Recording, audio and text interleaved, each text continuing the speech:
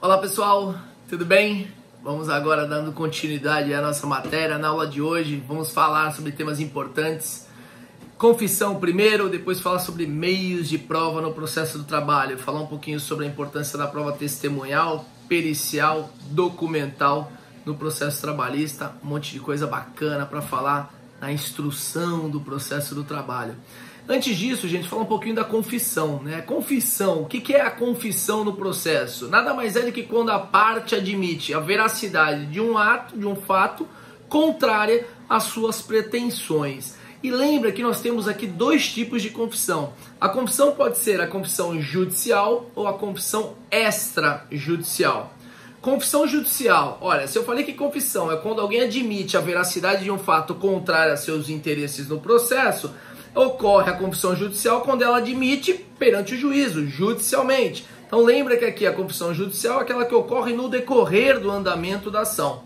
Diferentemente da confissão extrajudicial, né, que é justamente aquela confissão que ocorre fora do regular andamento do processo. Com relação à confissão extrajudicial, fica aqui uma ressalva para vocês. A Justiça do Trabalho, né, a doutrina trabalhista, o judiciário trabalhista tem severas restrições em aceitar essa confissão extrajudicial. E por um motivo muito simples. Imagina só se fosse admitida a confissão extrajudicial de forma plena. Imagina só se porventura alguém confessa fora do processo e o judiciário viesse aceitar. Imagina uma situação onde eu tenho uma empresa, eu peço lá para que o reclamante assine aqui e fale assim, ó, confessa que você nunca fez hora extra. Daí o cara vai lá, assina, porque senão você dá manda embora. Olha, isso não tem validade no processo do trabalho. Então lembra que a confissão extrajudicial não é aceita no processo do trabalho.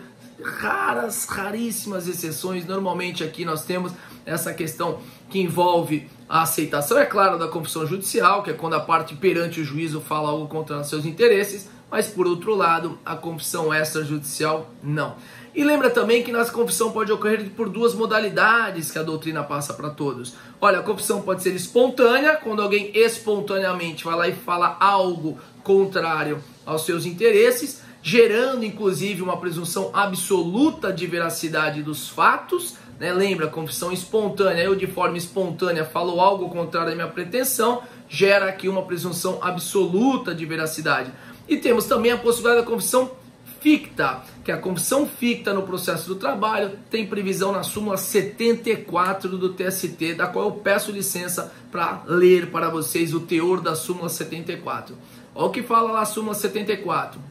Confissão ficta ocorre pelo não comparecimento da parte à audiência em que deveria prestar o seu depoimento, desde que devidamente intimada para esse ato, ou comparecendo, o litigante se recuse a responder às perguntas formuladas pelo magistrado, ou afirme ignorar os fatos relevantes e pertinentes para a solução da lide.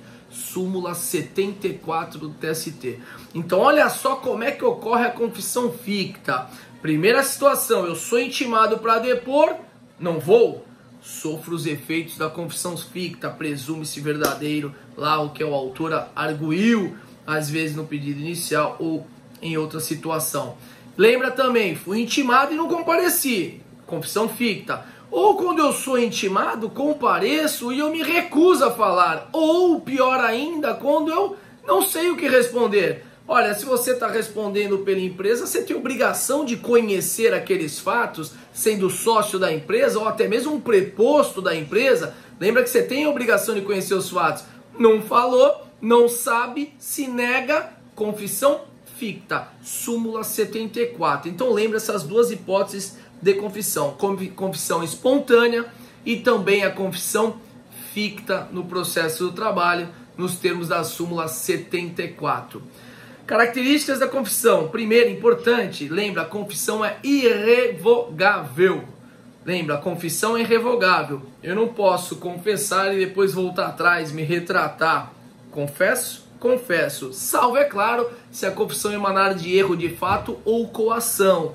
Nesses casos, podendo ser revogada por ação anulatória ou eventualmente uma ação rescisória, depende daquela situação que ocorrer no curso do processo. Uma característica importante, confissão, a irrevogabilidade, tá? Salvo erro de fato ou coação, nas hipóteses faladas agora há pouco. E lembra também com relação ao menor, muito discutiu-se, olha, um menor de idade, ele pode ser confesso num processo? Imagina só se eu tenho um trabalhador que entra com uma reclamação trabalhista contra uma empresa e ele é menor. O fato dele menor, nós falamos, ele tem que estar representado. Mas na hora de prestar seu depoimento, olha, lembra, o menor aqui vai sofrer os efeitos da confissão? Sim, gente. Né? Não é o fato de ser menor que ele não está sujeito aos efeitos da confissão. Imagina só, se um menor vai lá e fala, por exemplo, pede um horário de intervalo para refeição e descanso. E em depoimento pessoal fala, não, eu fazia intervalo para refeição e descanso. Falou algo contrário à sua pretensão, tem validade? Claro que tem. Perfeito. Lembra, a confissão também se aplica ao menor se do seu interrogatório falar algo contrário à sua pretensão. Estrangeiro pode ser confesso? Gente, tranquilo. Lembra só que as pessoas estrangeiras, para prestar depoimentos, têm que ter o devido intérprete no processo, tá? Aquelas pessoas que não sabem falar a língua vai ter que ter um intérprete para traduzir para o juiz, e mais aqui também estão sujeitos à confissão. E a questão que envolve o ente público, artigo 844 da CLT, OJ 152 e a confissão ficta. Discutiu-se muito, matéria pacificada. Olha, os entes públicos, União, Estados, municípios, os entes públicos aqui podem sofrer os efeitos da confissão ficta também ou não? Tem algum tipo de proteção? Gente, lembra, os entes públicos estão sujeitos também à confissão ficta, OJ 152 da SDI 1 do Tribunal Superior do Trabalho. Tudo bem? Passado esse tema, gente, confissão, falar um pouquinho do meio de prova importantíssimo no processo do trabalho, que é a prova testemunhal, tá? A prova testemunhal. O que é uma testemunha? Testemunha é aquela pessoa que é chamada a depor no processo para esclarecer algum fato relevante, pertinente e controvertido. Então nós temos aqui uma pessoa chamada pelo juízo ou convidada pelas partes para prestar uns esclarecimentos sobre fatos relevantes, pertinentes e controversos. Lembra que o fato de testemunhar, o testemunho é uma obrigação. A parte tem a obrigação de testemunhar, uma função pública, ela estar ali perante o juízo prestando esses esclarecimentos. Por isso, né, que quando a pessoa vai testemunhar, é obrigatório o seu comparecimento se for convidada. Vamos falar daqui a pouquinho na ausência de comparecimento. Da mesma forma que se for prestar o depoimento, não pode ter nenhum tipo de prejuízo contra si. Exemplo, não vai poder sofrer desconto, nem faltar ao serviço, ser considerado falta, porque ela está ali prestando um serviço público. Exceção, quem não precisa testemunhar, vem lá a lei e fala assim, olha, artigo 448 do CPC, os incapazes, impedidos ou suspeitos. Vem o CPC lá e fala das hipóteses de incapacidade, impedimento e suspeição. Lembra aquelas mais tradicionais? Olha, aquela pessoa que vai testemunhar e aquele ato vai lhe acarretar um grave dano para ele.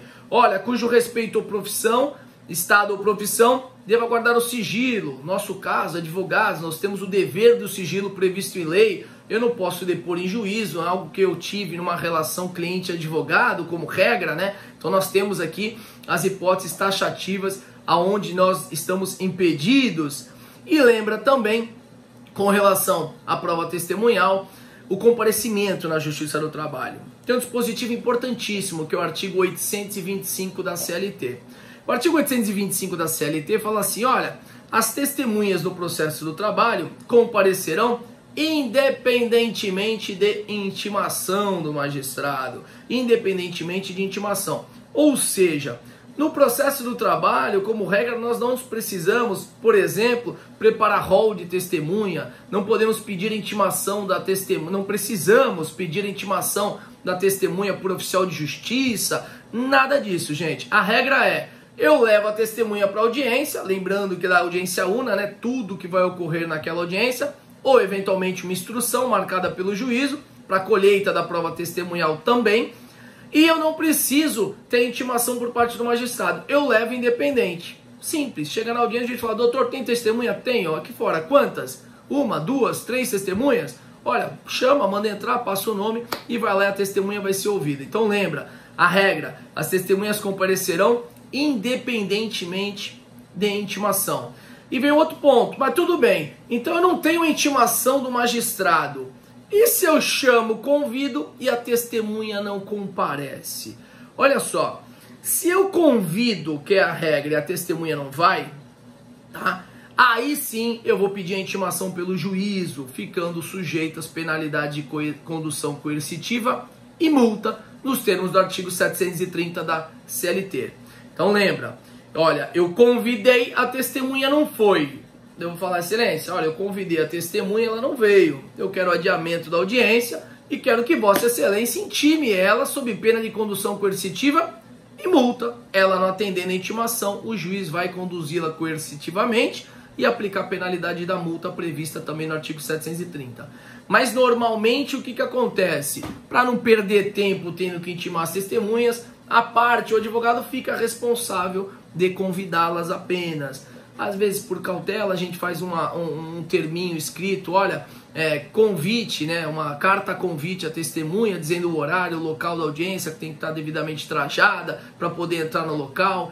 Mas lembra que aqui intimação não é a regra é, independentemente de intimação, se com convite não comparecer, aí sim a gente tenta a intimação pelo juízo, sujeita nos termos do artigo 730 a condução coercitiva e multa. E lembra também lá do CPC, o artigo 405, que fala de todas as hipóteses de incapacidade, impedimento e suspeição das testemunhas.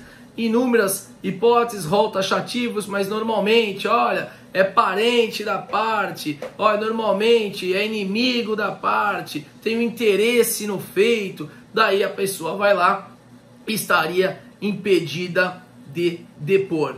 Cuidado, gente, porque é muito comum no processo do trabalho, na hora da colheita da prova testemunhal, a parte ir lá e falar, não concordo com a oitiva dessa testemunha porque ela é suspeita, ela é impedida, olha, ela é amiga íntima, olha, ela é inimiga capital do meu cliente, ela tem interesse no feito.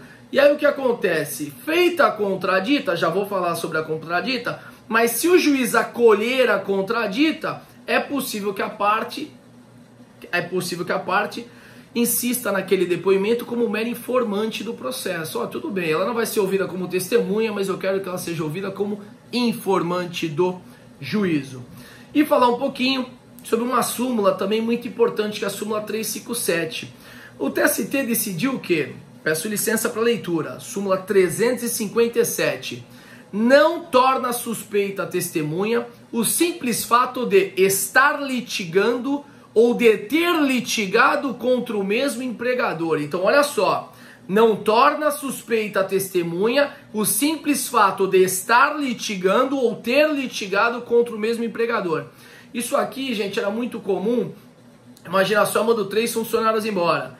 Daí, chegava lá em determinada situação, processo do João, vinha o Francisco e fazia o depoimento favorável ao João. Daí, no processo do Francisco, ele falava assim, peraí, ele tem interesse, ele está litigando contra mim. Daí veio o TST e falou assim, não, peraí, a troca de favores, para ficar caracterizada, tem um procedimento, né? Se o João depois pro André, o André não poderá depor pro João, aí tem troca de favores, mas o simples fato de ter o processo, tá? Ou estar litigando ou ter litigado, não torna suspeita como regra. A troca de favores precisa de algo mais para ser caracterizada nos termos da súmula 357. E é muito importante falar também sobre o instituto da contradita.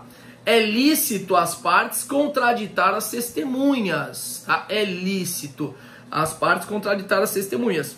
E se indeferida a contradita pelo magistrado, fazer prova dessa contradita, se quiser. Então aqui, gente, o que a gente tem que tomar cuidado, tá? Quando que eu vou contraditar a testemunha? Olha, imagina só se outra parte está trazendo alguém que é parente do reclamante. Não pode, é suspeita. É inimigo da empresa? Não pode, é suspeita. Daí, como nós, como advogados, na hora adequada, vamos fazer o quê? Oferecer a contradita para o magistrado, e o magistrado vai ter que decidir na hora. Olha, eu vou ouvir a testemunha ou não vou. Se acolher a contradita, a parte pode falar, tudo bem, acolher a contradita, eu quero ouvir como informante, excelência. Mas se não acolher, a parte pode tentar produzir prova daquela contradita na hora ali em audiência. Agora vem a questão, assim, uma das mais importantes com relação ao oferecimento da contradita. Qual o momento para a apresentação da contradita? Que hora que eu devo apresentar? Porque numa apresentação de hall, para nós é uma surpresa, chega lá na hora da audiência, não sei quem foi convidado ou não, como regra as testemunhas não são intimadas pelo juízo, vai lá, tem testemunha, tem quem é, daí entrou lá a pessoa, qual o momento? Lembra, gente? A contradita deve ser oferecida, tá? Logo após a qualificação da testemunha, antes dela ser compromissada. Então lembra, qualificou antes de ser compromissada, o momento adequado é esse. Então cuidado, porque por muitas vezes chama a testemunha e fala, excelência, quero contraditar a testemunha. Calma, doutor, aguarde o seu momento, aguarde o momento oportuno. Quando que é o momento oportuno?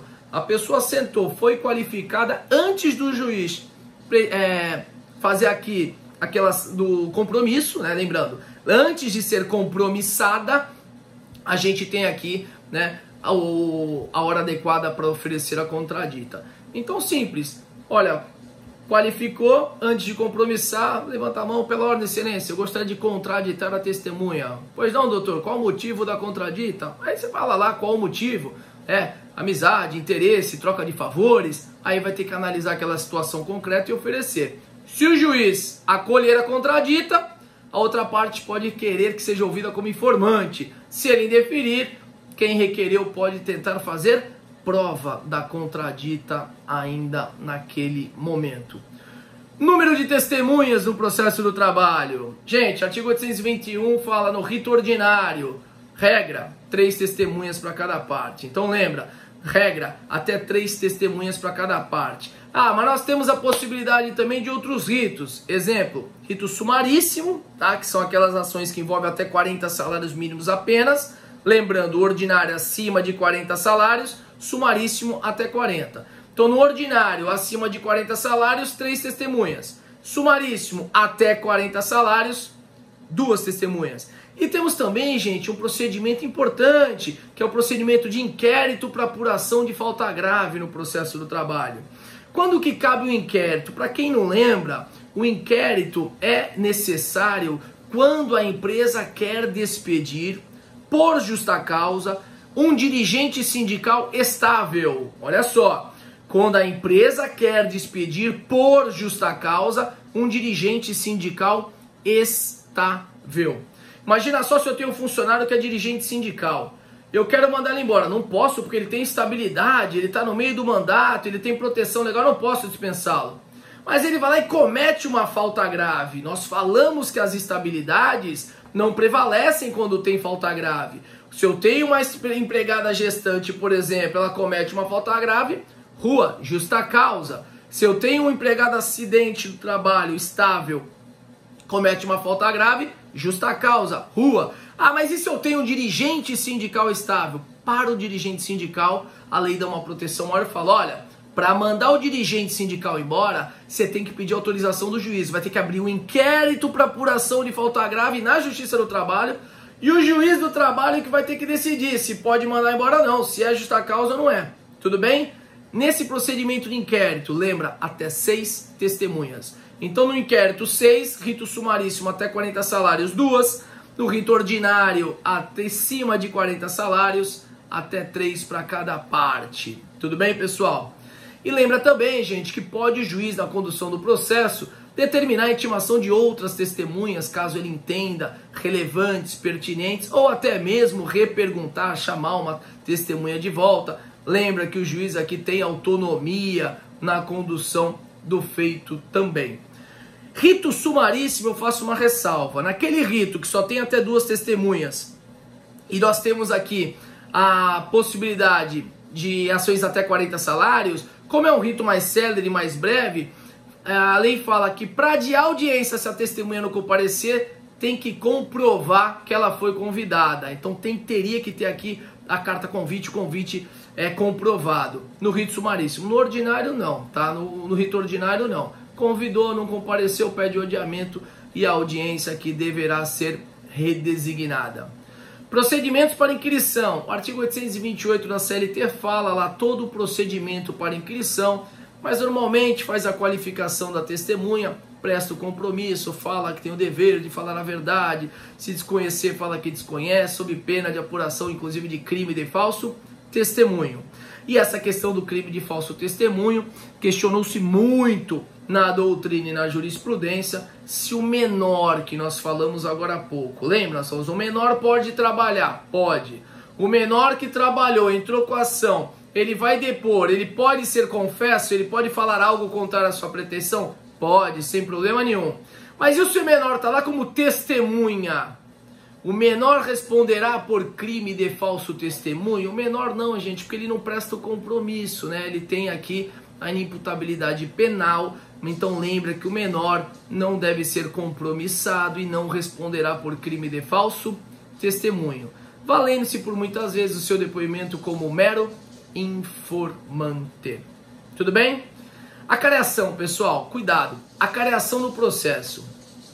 A acareação no processo do trabalho é admitida também, facultado ao magistrado, é claro, quando ele entender que duas pessoas estão mentindo. Olha, alguém está mentindo, alguém está faltando com a verdade, foi compromissado a ter o dever de falar a verdade, o juiz vai lá e faz a acareação, tá? Aqui é uma faculdade do magistrado, se ele entender aqui que alguma das pessoas que estão prestando depoimentos devidamente compromissadas faltou com a verdade, pede expedição de ofício ao Ministério Público do Trabalho para apuração, inclusive, de crime de falso testemunho.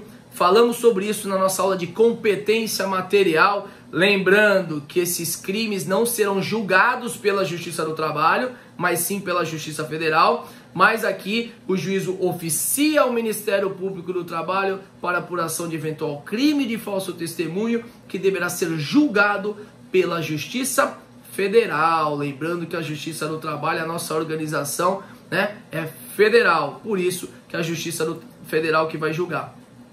E também a questão que envolve prova testemunhal, falar um pouquinho a questão do indeferimento de perguntas, né? O juiz pode indeferir as perguntas que ele entende impertinentes ou irrelevantes feitas pelas partes. Então as partes fazem as perguntas, se o juiz entender que é impertinente ou é irrelevante, o que ele faz? Ele vai lá e fala, doutor, indefira a pergunta. Ao advogado, na hora, resta o quê? Se ele entender que está sendo cerceado em sua defesa ou está sendo cerceado na sua atuação profissional, ele vai fazer o quê? Ele vai fazer na hora mesmo, olha, excelência, eu gostaria de protestos em ata por cerceamento de defesa. Faz constar a pergunta, faz constar os seus protestos. Vamos falar sobre nulidades no processo do trabalho, que as nulidades devem ser arguídas no primeiro momento de falar nos autos, ou seja, na audiência, na hora da audiência que nós vamos ter que arguir a nulidade. Muito comum o protesto em audiência, oferecido verbalmente e transcrito na ata. Então lembra aqui que se o juiz indeferir essas perguntas, se o juiz indeferir a oitiva de uma testemunha, sendo aqui caracterizado qualquer indício de cerceamento de defesa, deverá a parte representada por seu advogado, no mesmo momento, naquele momento, na hora, primeira oportunidade, arguir os protestos por cerceamento de defesa.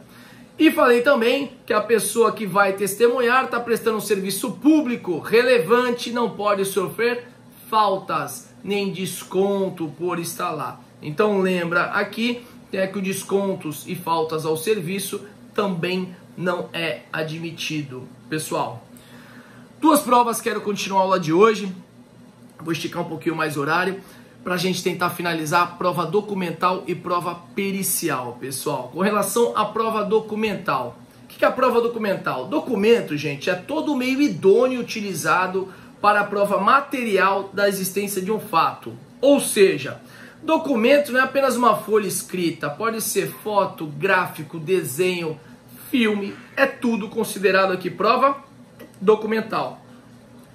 Lembra que a cópia, gente, o artigo 830 da CLT fala que a cópia pode ser declarada autêntica pelo próprio advogado sob sua responsabilidade pessoal. Ou seja, não preciso juntar o original, junto uma cópia simples, não preciso autenticar aquela cópia, junto uma cópia simples e declaro autêntica. Nós, advogados, temos essa prerrogativa também de declaração de documentos autênticos.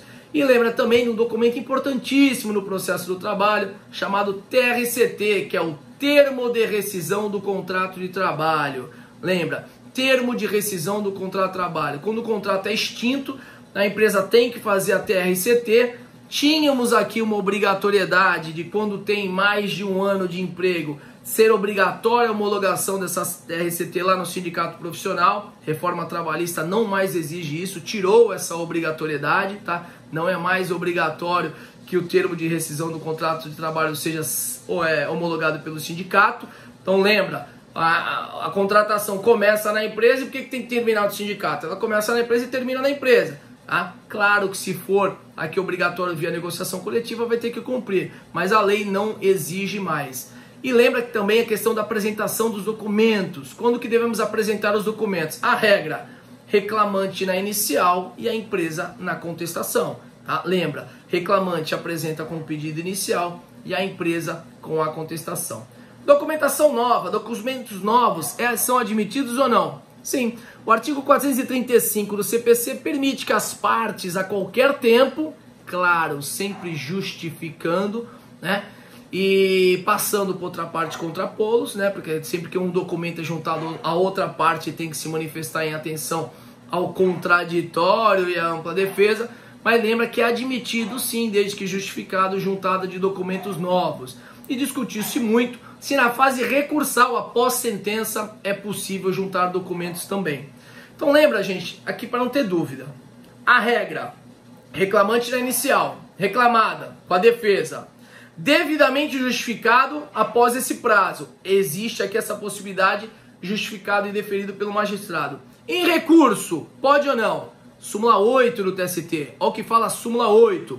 A juntada de documentos na fase recursal só se justifica quando provado o justo impedimento para sua oportuna apresentação ou se referir a fato posterior à sentença. Olha, é um fato novo, veio depois da sentença, aqui podemos juntar lá no tribunal em fase recursal, ou se eventualmente eu comprovei o justo impedimento de juntar antes. Incidente de falsidade documental, normal. Lembra o artigo 430 do Código de Processo Civil, aplicável aqui ao processo do trabalho. Se alguém junta um documento falso, a outra parte argue o incidente de falsidade. Lembra que deve ser aqui sempre na contestação, como regra, ou se pôs após a sua juntada dentro de 15 dias, ou no prazo que o juiz der para a parte se manifestar. Mas lembra que juntou no processo outra parte, teve o prazo para se manifestar, naquele prazo da manifestação deverá arguir o incidente de falsidade documental. Lembra que instaurado esse incidente, o juiz vai ter que julgar se os documentos são falsos ou não, todos os meios de prova em direito admitidas, inclusive prova pericial se for necessários. E exibição de documentos, pode ser também que a parte não junte um documento porque ela não quer, mas existe aquele documento. A outra parte pode requerer que o juiz mande ela exibir. Muito comum, por exemplo, o empregado assina cartão de ponto, tá lá todas as horas extras realizadas. A empresa não junta o cartão de ponto. Eu reclamo de excelência. Eu quero que a empresa junte os cartões de ponto sob pena de confissão, porque lá nos cartões de ponto que eu assinava todo dia é uma prova documental favorável à minha pretensão. O juiz vai lá e fala, olha, junta os cartões de ponto, se existem? Então junta sob pena de confissão. Artigo 396 e seguintes do CPC e artigo 404 também do CPC fala da exibição de documentos, tá? Que pode ser requerida como medida preparatória ou incidental. E uma outra prova muito comum, gente, no processo do trabalho, aqui, prometo que é para finalizar nosso bate-papo de hoje, é a questão da prova pericial. O que é a perícia, gente? Perícia é a espécie de prova que objetiva fornecer esclarecimentos ao juiz a respeito de questões técnicas que extrapolam o seu conhecimento jurídico. Então imagina só, o juiz tem a obrigação de conhecer a lei e a Constituição Federal. Não falamos? A lei federal, né? Falamos aqui a obrigação do conhecimento jurídico do magistrado. Agora, questões técnicas, o magistrado não é obrigado a conhecer. Por exemplo, chega um reclamante lá e fala assim, ó, eu trabalho em um local insalubre. Olha, se é insalubre ou não, como é que o juiz vai decidir? uma testemunha vai falar que é insalubre ou não é? Não, isso aqui exige conhecimentos técnicos. Nós temos normas regulamentadoras de medicina do trabalho, normas regulamentadoras que vão dizer o que é insalubre, o que não é, o que é periculoso, o que não é, e isso nós vamos precisar de um perito, né? Então, tendo aqui a necessidade, o juiz vai lá e pede e autoriza a prova pericial. Lembra que as partes, gente, toda vez que tiver perícia, podem indicar assistente técnicos em 5 dias. Lembra, as partes poderão indicar assistentes técnicos em 5 dias da nomeação do perito, bem como formular os quesitos para que o perito responda. Cuidado apenas com relação aos honorários do assistente técnico. Os honorários do assistente técnico cabe à parte que indicou. Tá indicando assistente, o problema é teu. Você vai gastar, o custo é seu. Ganhando ou perdendo, a outra parte não tem nada a ver com isso. Súmula 341 do Tribunal Superior do Trabalho. O que mais de prova pericial? Indeferimento da perícia. É possível? Sim. O juiz pode indeferir a perícia quando? Quando a prova do fato não depender de conhecimento técnico, ele fala, olha, isso aqui eu consigo julgar, não preciso de perícia. Tá? Quando for desnecessária a perícia, tendo em vista as outras provas produzidas no processo, ele entende que aquela perícia é desnecessária, só vai procrastinar e onerar o feito, ele indefere. Ou quando a verificação for impraticável. Tá? Também temos aqui situações de indeferimento de perícia. E um outro assunto importante, os honorários periciais, né? Aqui veio a reforma trabalhista, alterou de forma substancial o artigo 790B da CLT. Agora, né, como é que fica após reforma a questão dos honorários sucumbenciais? Honorários sucumbenciais é da parte sucumbente, quem sucumbiu. Até aí era assim também. A novidade qual é? Ainda que beneficiária da gratuidade de justiça. Então lembra, os honorários aqui paga quem perde a perícia, ainda que beneficiário da gratuidade de justiça. Depósito prévio dos honorários, não pode, já tínhamos uma orientação jurisprudencial de número 98 no TST, que não permite que o juiz determine que a parte pague honorários prévios, vai pagar quem perdeu ao final da perícia. E lembra também que a CLT agora expressamente após a reforma proíbe essa aqui exigência de honorários periciais prévios. Olha, então beleza, o juiz não tem conhecimento técnico, ele chama a perícia, o perito foi lá e deu um laudo. O juiz está adscrito ao laudo? Não, tá? Não está. Em que pese, de grande parte das situações, o juiz vai na situação detalhada no laudo técnico, ele não tem obrigatoriedade de seguir o laudo do perito. Se ele entende que o laudo não é favorável, se ele entende que o laudo é imprestável, se ele entende que o laudo não é conclusivo, ele pode julgar de acordo com todas as provas do processo, lembrando que ele é o destinatário da prova e não há essa obrigatoriedade da adscrição do juízo ao laudo do perito na hora de julgar o pedido.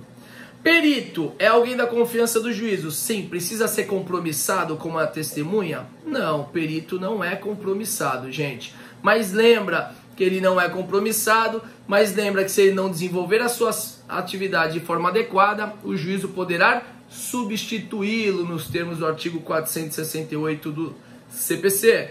Então, perito não presta compromisso e perito poderá ser substituído nos termos do artigo 468 do Código de Processo Civil. Não confunda a perícia, gente, com a inspeção judicial, tá? Prevista no CPC no artigo 481, tá? A inspeção judicial é possível no processo do trabalho também. O juiz, de ofício a requerimento da parte, se ele entender necessário, ele pode fazer uma inspeção na empresa. Ou ele, pessoalmente, vai lá, eu quero ver o que está acontecendo aqui, ou manda normalmente um oficial de justiça, alguém da sua confiança, fazer uma inspeção judicial. Não confundam prova pericial com inspeção judicial. Ambas são admitidas no processo do trabalho, ambas aplicamos o CPC de forma subsidiária também, e ambas aqui vão ser apreciadas pelo magistrado, que é o destinatário da prova. Impedimento ou suspeição. Gente, se o perito for impedido ou suspeito, a parte deve arguir e pedir a sua substituição nos termos do artigo 148 do Código de Processo Civil. E lembra aqui também, gente, que tem um dispositivo muito importante que fala de prova pericial no processo do trabalho, que é o artigo 195, parágrafo 2º. Tá? Fala assim, toda vez que tiver no processo pedido de insalubridade ou periculosidade, a perícia é obrigatória. O juiz não tem a faculdade de decidir com todas as provas. Ele tem que fazer a perícia para decidir. Então, olha só. Pedido de insalubridade ou periculosidade. Periculosidade, para quem não lembra, eu trabalho num local periculoso, eu tenho um risco à minha vida, eu devo receber 30% de benefício do meu salário. Lembra? 30% de benefício. Porque eu tenho um risco à vida. Normalmente, combustível, explosão, eletricidade. Olha, insalubridade não, insalubridade não tem risco à vida, tem danos contínuos à saúde, que podem ser danos de natureza mínima, média ou máxima. Mínima, 10% sobre o salário mínimo todo mês para mim. Média, 20% sobre o salário mínimo todo mês para mim. Máxima, 40% sobre o salário mínimo. Então cuidado para não confundir. Com adicional de periculosidade, 30% do salário, porque tem um risco à minha vida. Adicional de insalubridade, depende do grau, mínimo, médio ou máximo, 10, 20 ou 40% sobre o salário mínimo e não sobre o salário profissional. Tudo bem? Segunda perícia, foi feita uma perícia, eu posso pedir outra? Posso, se eu comprovar para o juiz que aquela perícia não é conclusiva, que aquela perícia é insatisfatória, que aquela perícia é imprestável, podemos aqui ter a necessidade de segunda perícia também, nos termos do artigo 480 do CPC. Galera, falamos hoje de confissão, prova testemunhal, prova documental e prova pericial. Separei para vocês também algumas decisões importantes sobre esses temas, junto com a matéria que está disponível também no Moodle, e estamos daqui a pouquinho à disposição para tirar dúvidas e esclarecimentos no nosso fórum de debate ou nas nossas redes sociais, canais sociais e YouTube. Muito obrigado mais uma vez, um beijo enorme a todos vocês. Até mais.